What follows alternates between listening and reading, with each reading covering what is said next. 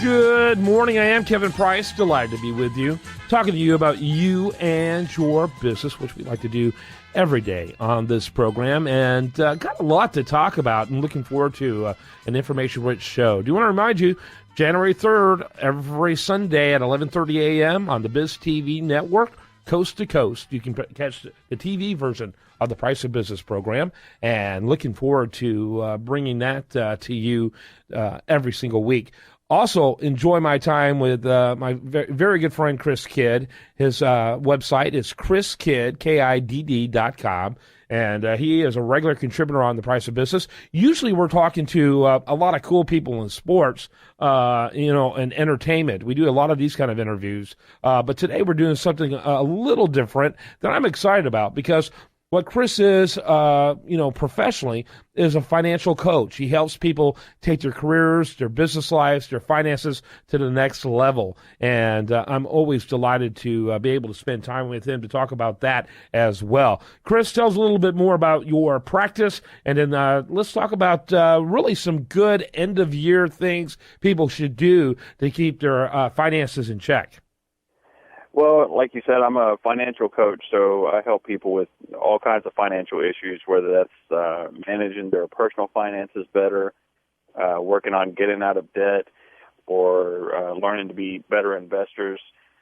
We do a lot of work on the investment side just because it's something most people don't learn personal finance in school, but they certainly don't really learn investing in school unless they had some sort of professional training afterwards. And even what I've come to find out is a lot of investment professionals, so to speak, don't really know all that much about it themselves. In some cases, they understand how to sell the products, but as far as how to evaluate stuff, and I'm not saying that there's not good ones, there's some very good ones. But if you don't understand the whole process and how to find or identify good investments and see things that may be coming down the road that you should avoid or take advantage of, it's really hard to use any kind of advisor really to your benefit. The more that you know, the more that you can get out of your advisor. So if you're a more sophisticated investor, you can have your advisor do a lot of legwork and find stuff for you. But at the end of the day, you still have to be the one to evaluate it. So that's kind of like with dealing with, athletes and entertainers and stuff. A lot of those guys are really, really busy and don't typically have time to, be a professional investor.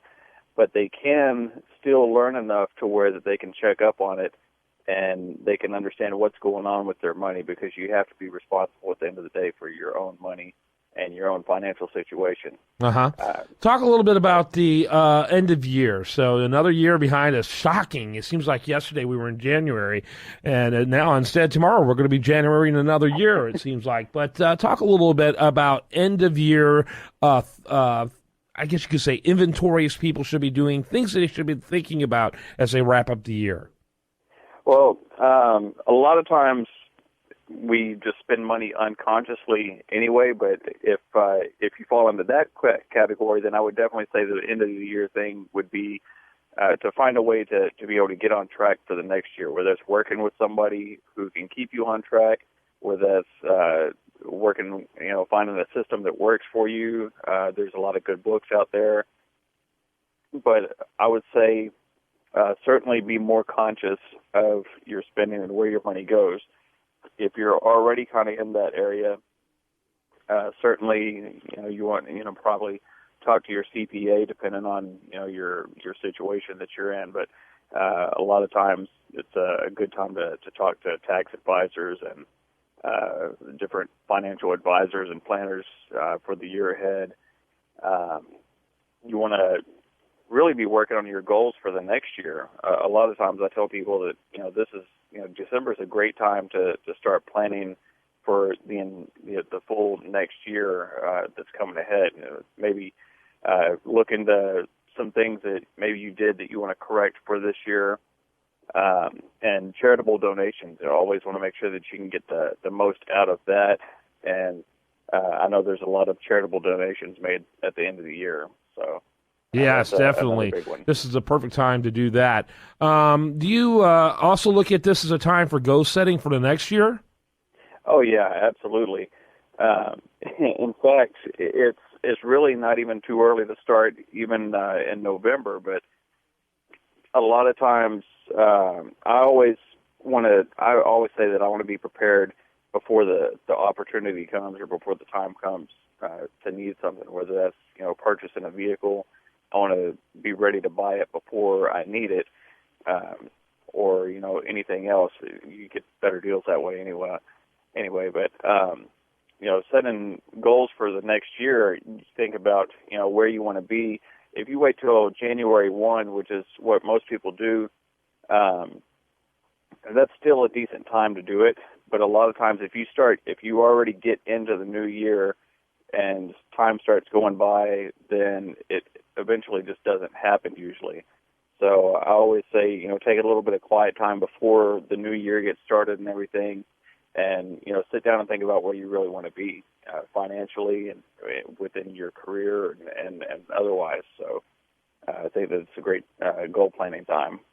Talk to me a little bit about the approach that you take to goal setting. How you personally do it. There's a wide range of ways of doing it, and I've been modifying mine. I've been doing specific goal setting on a daily basis for several years now, and it makes a huge difference. One of the reasons why this TV show we launched, in January happened was because of a lot of goal setting that took place over a long period of time. It doesn't happen overnight, and it really is. Goal setting is really a game of patience and chess rather than checkers and luck.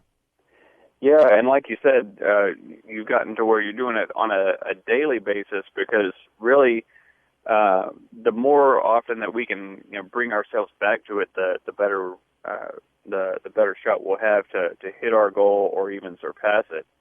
So a lot of times people will have a New Year's resolution, which I don't like New Year's resolutions because they're gone in like 2 or 3 weeks. It's something that if you set a goal and it's a real goal, not just saying, okay, well, this is something that I want to do, and I'll look back and see next year. If it's a real goal, then you're thinking about it all the time, like several times a day.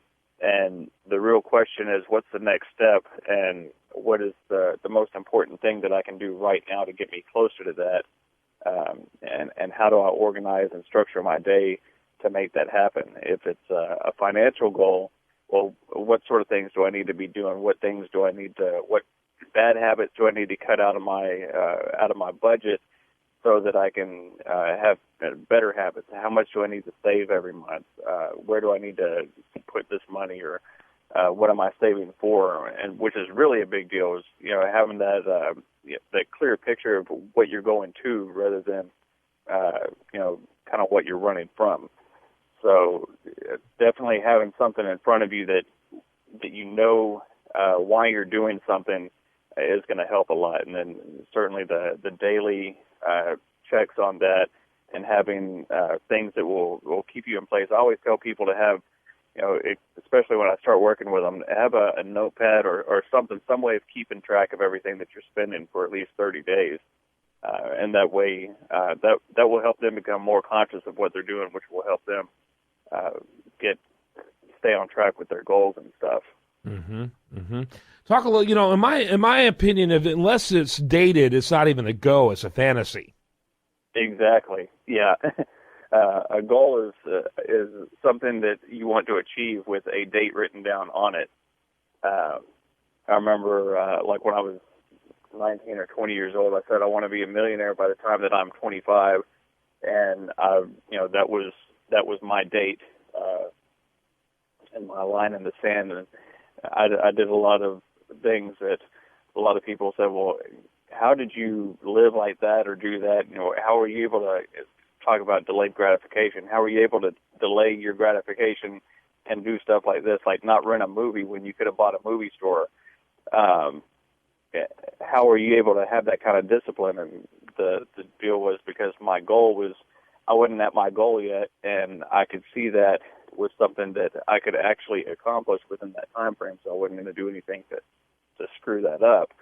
and keeping your eyes fixed on that goal. Which it's always great to have somebody that you can go to, like my mentor. I could always call up when in a moment of weakness when I was like, oh man, I really like this new car or this or that, and let me call him and see what he thinks. Maybe I can talk him into it, and then he would kind of talk some sense into me and say, well, you can get it if you want. You've got the money for it, but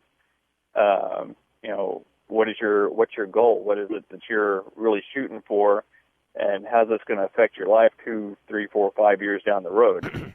So that helps you keep on track pretty good. Chris Kidd, you can tell why we have him on the program. Chris Kidd, and that's KIDD.com. That's KIDD.com, ChrisKidd.com. Thanks so much for being with us, and looking forward to more great segments, not only for next week, but as we enter the new year. See you guys soon. All right, buddy. All right, when we come back, much more for you. I do want to remind you, best content here can be found over there at usdailyreview.com.